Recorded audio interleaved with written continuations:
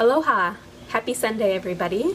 I'm coming at you from Kona, the big island of Hawaii, and I'm here to share with you some more vegan and gluten-free meal prep ideas and some food inspiration to get your week started. So I don't know where to start because I'm just so excited, as usual, about what I have been cooking up. Let's see, I can't decide if I'm more excited about this or this. So first, this is a stuffed portobello mushroom. What I did is I marinated the portobellos in a little bit of balsamic, olive oil, salt, pepper, and some garlic powder just for about half an hour. Baked them for 10 minutes.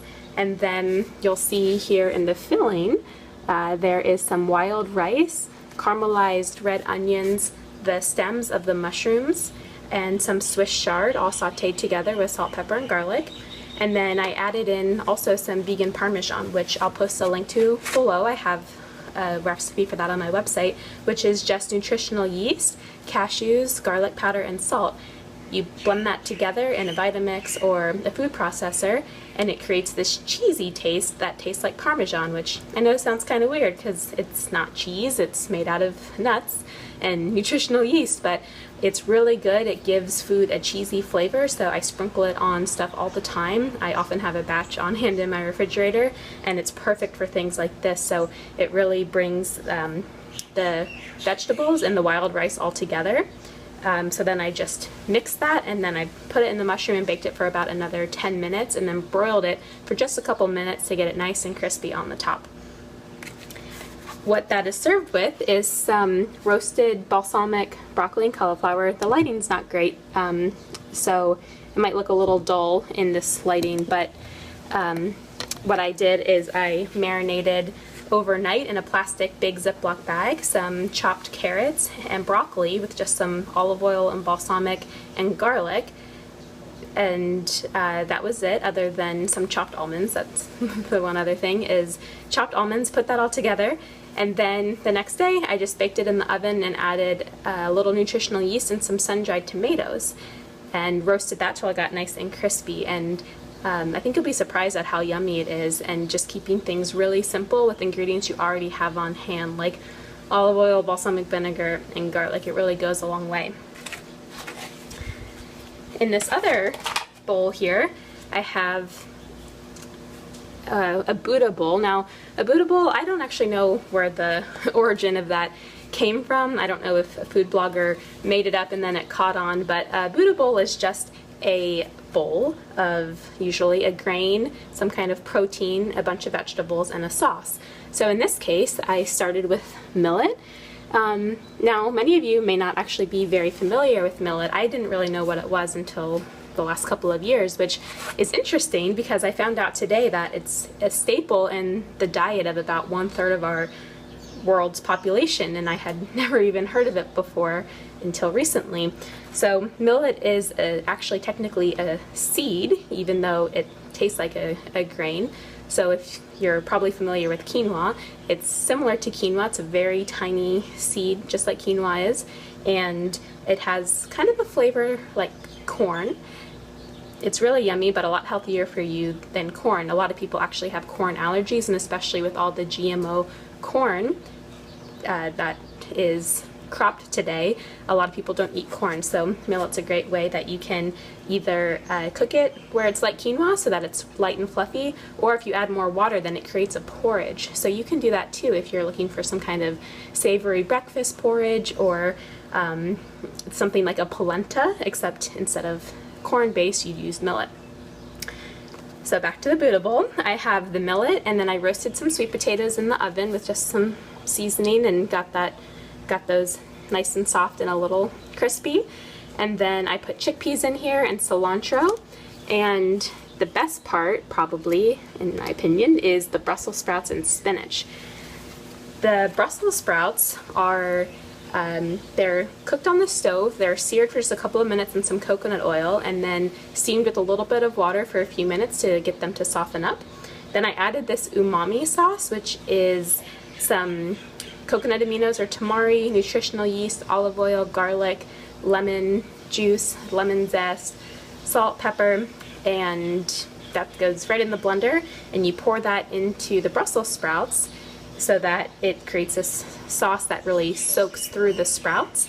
And I threw some spinach in too, it's just for some extra greens, and that all comes together really lovely. I mean, it's my family's favorite way to make Brussels sprouts. We eat it probably, well, these last couple months we've had it almost once a week, I'd say. It's just so good. And there's extra sauce on the side, so whenever I would go to heat this up, I could put this all together. I personally enjoy it cold, but you can heat it up in the stove just on 350 and drizzle the sauce all over, and then you have a really complete meal. The chickpeas and the millet both have protein in them, so you have your vegetables, protein, delicious sauce. So those are the two main courses that I have prepared for this upcoming week. For some lunches, I made split pea soup in the crock pot. Here's a jar of it. It's really easy. You put split peas in the crock pot with some vegetable broth, carrots, celery, leeks, and some parsley, and then you just basically cook it all day long, and you don't have to do anything. You don't have to blend it. The peas are split peas, so they actually fall apart, and then they create this kind of thick consistency, and I just topped it with some parsley.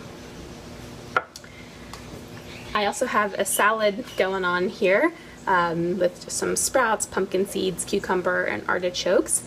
What goes with that is a beet burger.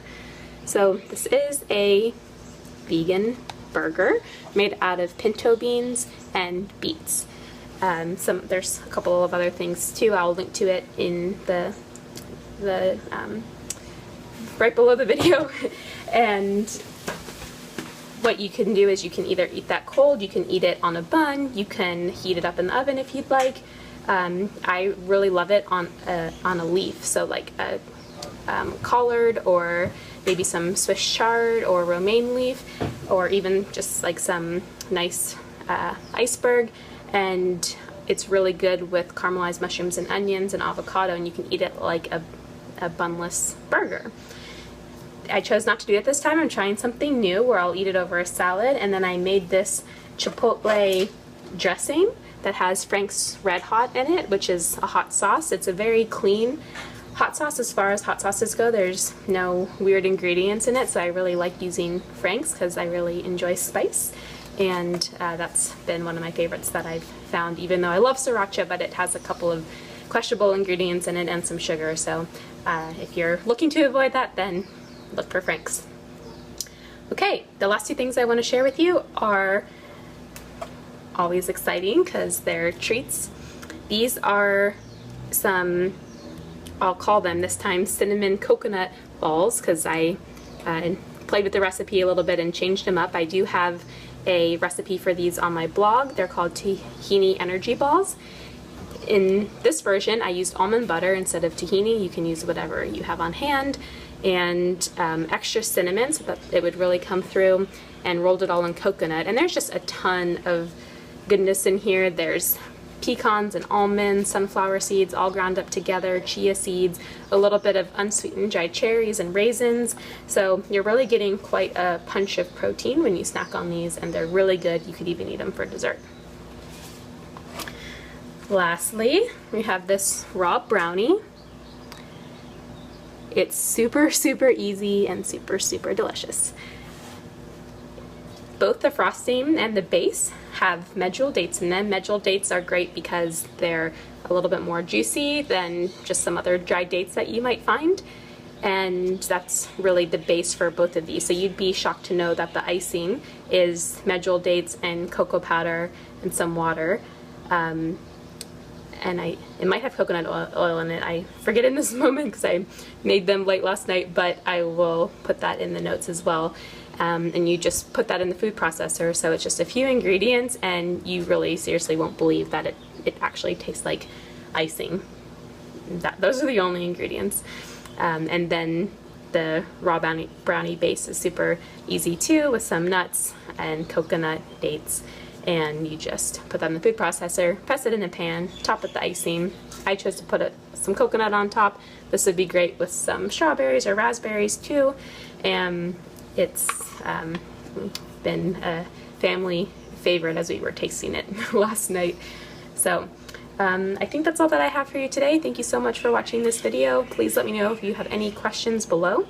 I'd love it if you could like my Facebook page and my YouTube so that you don't miss out on future updates, as well as subscribe to veganchickpea.com. You'll get an email once or twice a week whenever there's new content up, and everything's always vegan and gluten-free, almost always extremely healthy. So I hope that you enjoyed this content, and I'll see you next time. Bye!